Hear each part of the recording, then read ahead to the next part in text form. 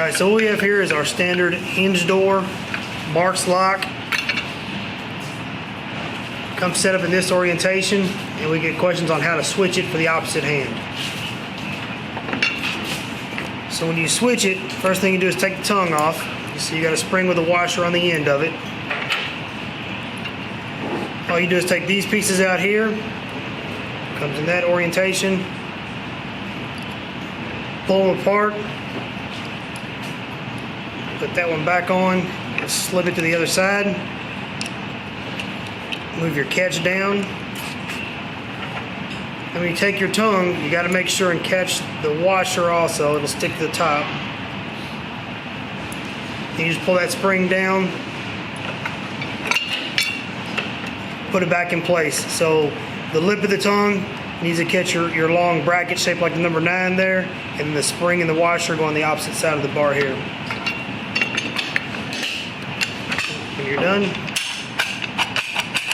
you now have a working lock the opposite hand. For the slide door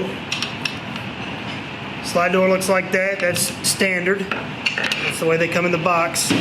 You pull the whole entire tongue off. And you see you got a little bar here and a washer you can push in to relieve tension. Pull it up, flip it around, and just put your tongue back in place on the opposite bar.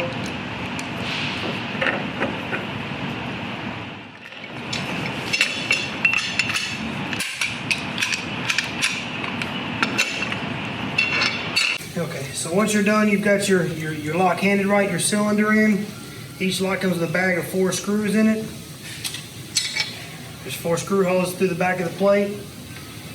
I always put my finger on the tongue when I'm sliding in just to make sure you don't knock it out. Slide your tongue through the tongue hole in the door. Align this on the back side.